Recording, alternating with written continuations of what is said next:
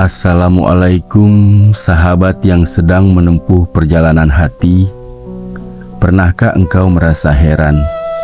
Mengapa terkadang engkau berniat berbuat kebaikan yang tulus, namun perlahan hati berubah mengharap pujian dari orang lain? Mengapa engkau mengira sedang membela kebenaran, padahal sesungguhnya engkau hanya sedang membela harga dirimu yang tersinggung? Dan mengapa engkau begitu yakin berada di jalan yang benar, padahal tanpa disadari engkau sedang dipandu oleh keinginan yang tidak engkau kenali sepenuhnya? Para ulama dan para penempuh jalan yang lurus bersabda satu hal yang menggetarkan hati, bahwa musuh yang paling berbahaya, yang paling pandai menyamar, dan yang paling sering menyesatkan langkah kita bukanlah sesuatu yang datang dari luar dirimu, melainkan sesuatu yang senantiasa berjalan menyertaimu, yang lebih dekat kepadamu daripada bayanganmu sendiri. Itulah dirimu yang belum engkau kenal, dan hawa nafsu yang pandai memutarbalikkan kebenaran di dalam sanubarimu. Mereka mengungkapkan rahasia yang mendalam. Barang siapa yang tidak mengenal dirinya dengan sebenar-benarnya, maka baginya mustahil untuk mengenal Sang Pencipta dengan hakikat yang sesungguhnya. Sebab bagaimana mungkin engkau dapat menyeberang menujunya jika engkau bahkan belum mengetahui kedalaman dan bahaya yang tersembunyi di dalam perahu yang engkau tumpangi sendiri. Lalu, jalan bagaimana sebenarnya yang harus ditempuh agar kita mampu menyingkap tirai samaran itu? Bagaimana para ahli hati menelusuri sudut-sudut gelap jiwa, mengenali wajah-wajah samaran hawa nafsu, hingga akhirnya mereka melihat hakikat diri dengan pandangan yang jujur dan tenang. Mari kita buka bersama lembaran pengetahuan yang sangat berharga ini. Sebab apa yang akan kita renungkan bersama bukan sekadar ilmu untuk disimpan di dalam ingatan, melainkan cahaya yang akan menyinari jalan pulang hatimu. Makrifatun nufus, mengenal diri sebagai pintu pulang. Para ulama ahli makrifat bersabda bahwa barang siapa yang mengenal dirinya dengan sebenar-benarnya, maka sesungguhnya ia telah membuka jalan pertama menuju pengenalan kepada Tuhannya. Mengenal diri bukanlah sekadar mengetahui nama, asal-usul, atau apa saja yang menjadi kelebihan yang tampak di mata orang lain. Mengenal diri adalah memasuki kedalaman batin yang tersembunyi, menyingkap tirai yang selama ini kita lindungi dengan penuh kehati-hatian. Ia akan menemukan dua sisi yang saling menyertai. Di satu sisi, ia melihat betapa Allah telah menitipkan kemuliaan yang besar padanya, diciptakan dalam bentuk yang paling sempurna, ditiupkan roh dari sisinya, dan dianugerahkan hati yang mampu menyentuh keagungan Sang Pencipta. Namun di sisi lain, ia pun akan menyadari betapa renta dan bergantungnya hakikat keberadaan dirinya. Ia melihat bahwa ia adalah makhluk yang lemah, yang mudah berubah keadaannya, yang seringkali tergelincir tanpa disadari, dan yang senantiasa membutuhkan pertolongan di setiap hembusan napasnya. Bagian yang paling berat namun paling berharga dari pengenalan diri ini adalah ketika kita berani melihat apa yang selama ini berusaha kita sembunyikan, yaitu segala sifat yang tidak terpuji dan segala kelemahan yang bersemayam di dalam jiwa. Kita menyadari bahwa dalam diri ini tersimpan benih-benih keangkuhan yang tiba-tiba tumbuh ketika pujian datang, rasa iri yang menyelinap ketika melihat kelebihan orang lain, rasa ingin didahulukan padahal hak kita belum tentu di depan, serta mudahnya hati berubah menjadi sombong ketika nikmat sedang melimpah dan lupa diri ketika ujian sedang datang. Dan di tengah segala pergerakan jiwa itu, terdapat hawa nafsu yang memiliki sifat yang begitu halus, namun sangat kuat untuk menguasai. Ia tidak selalu datang dalam wujud yang kasar atau jelas terlihat keburukannya. Sebaliknya, ia seringkali menyamar dengan wajah yang tampak baik, tampak masuk akal, atau tampak wajar di mata manusia. Ia bisa membisikkan bahwa keinginan untuk menampakkan kebaikan itu agar bisa menjadi teladan bagi orang lain, padahal akarnya adalah keinginan agar diri dipandang mulia. Ia bisa membisikkan bahwa kemarahan yang meledak itu adalah karena membela kebenaran, padahal sesungguhnya itu hanyalah karena tersinggung akan harga diri pribadi.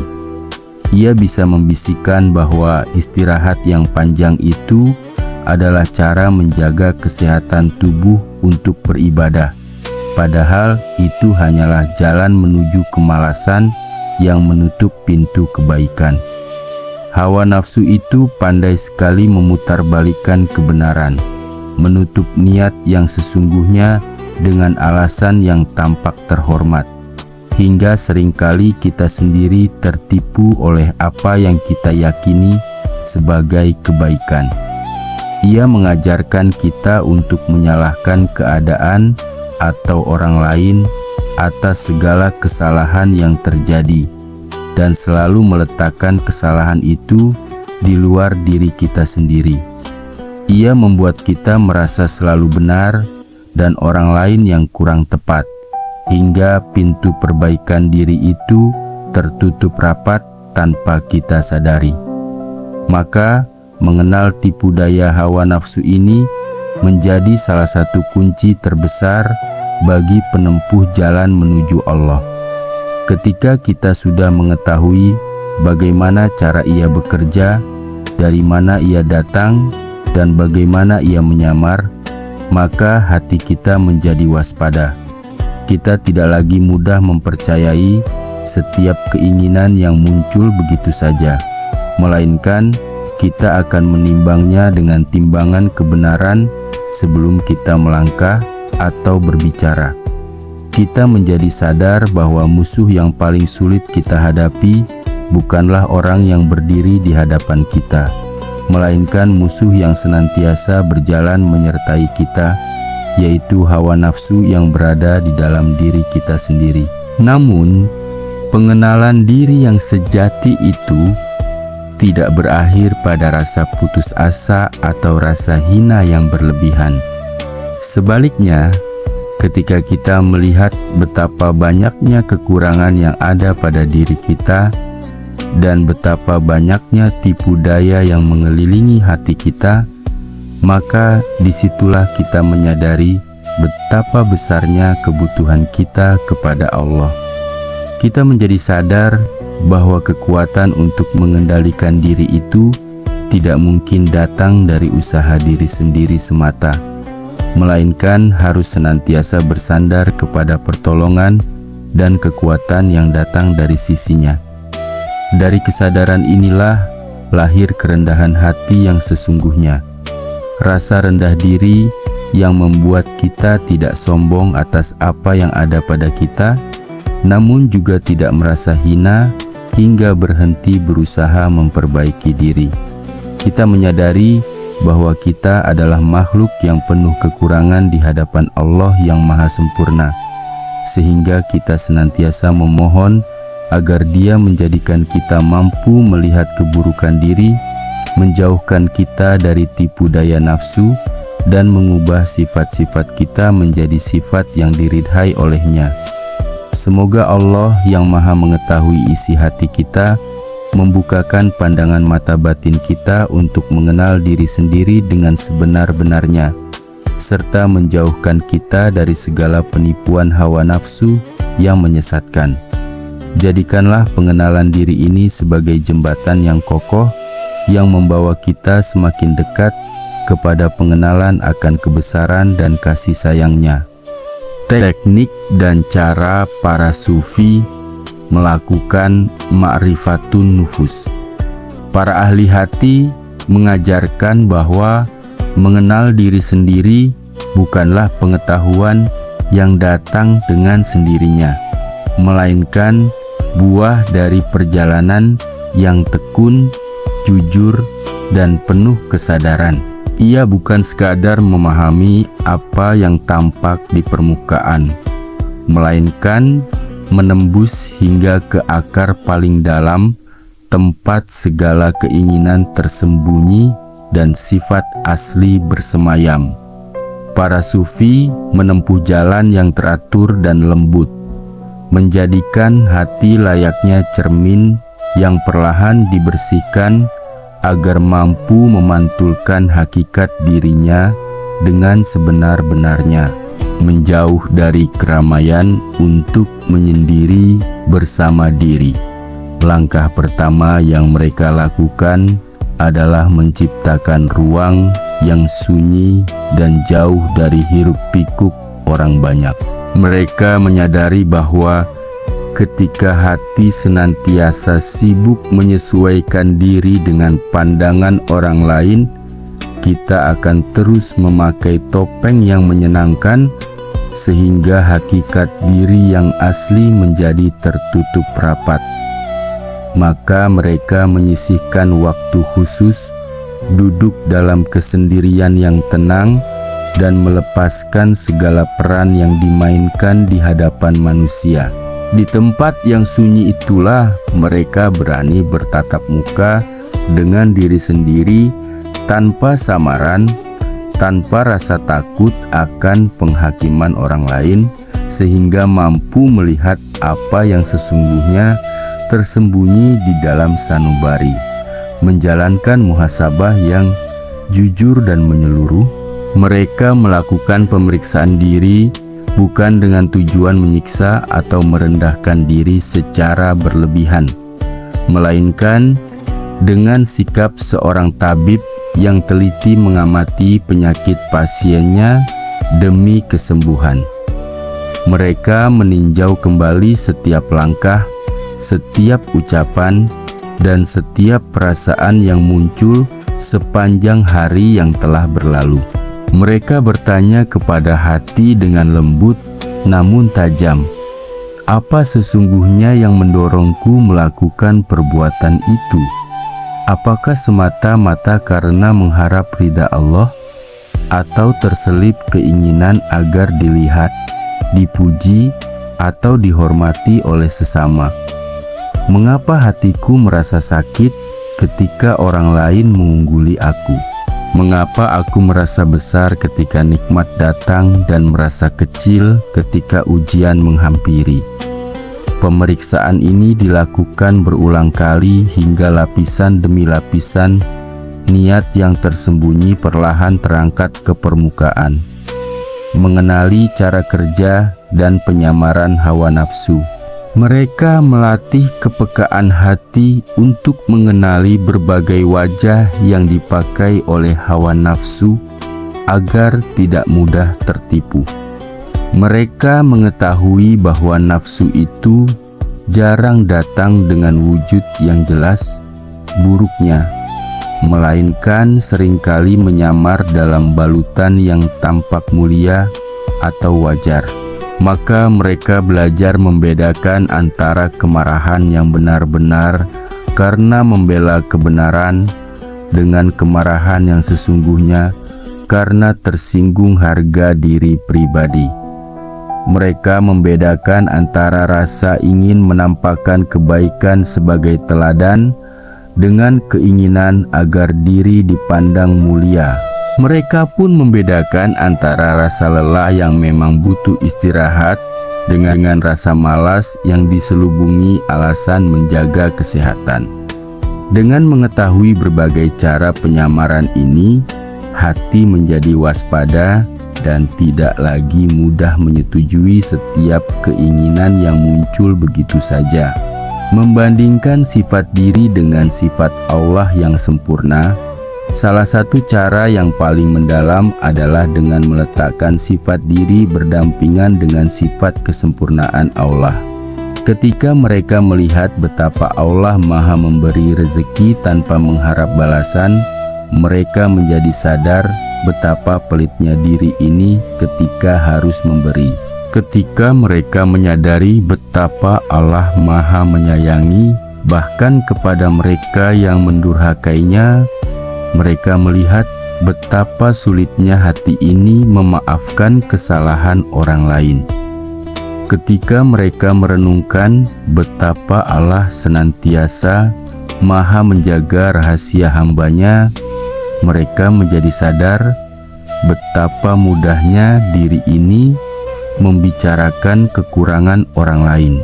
Melalui perbandingan yang lembut namun nyata inilah, kekurangan diri tampak dengan sangat jelas, bukan untuk membuat diri putus asa, melainkan untuk menyadarkan betapa besarnya kebutuhan kita untuk dibimbing dan diubah oleh Allah. Menguji hati melalui berbagai keadaan. Mereka tidak hanya mengenal diri saat berada dalam keadaan tenang dan nyaman, melainkan juga mengamati bagaimana hati bereaksi ketika dihadapkan pada berbagai perubahan keadaan. Mereka memperhatikan apa yang terjadi di dalam hati ketika pujian datang, ketika harta bertambah, ketika kedudukan meninggi, atau sebaliknya, ketika penghinaan datang, ketika kemiskinan menghampiri, atau ketika keinginan tidak terpenuhi. Di dalam perubahan keadaan itulah sifat asli yang selama ini tersembunyi seringkali tampak keluar. Dengan mengamati respon hati di setiap situasi, mereka semakin mengenali kekuatan dan kelemahan yang belum terlihat sebelumnya, sehingga pemahaman akan diri menjadi semakin utuh dan nyata. Menyadari keterbatasan sebagai pintu menuju ketergantungan. Hasil dari seluruh pengenalan diri ini tidaklah berakhir pada rasa rendah diri yang menyesakkan.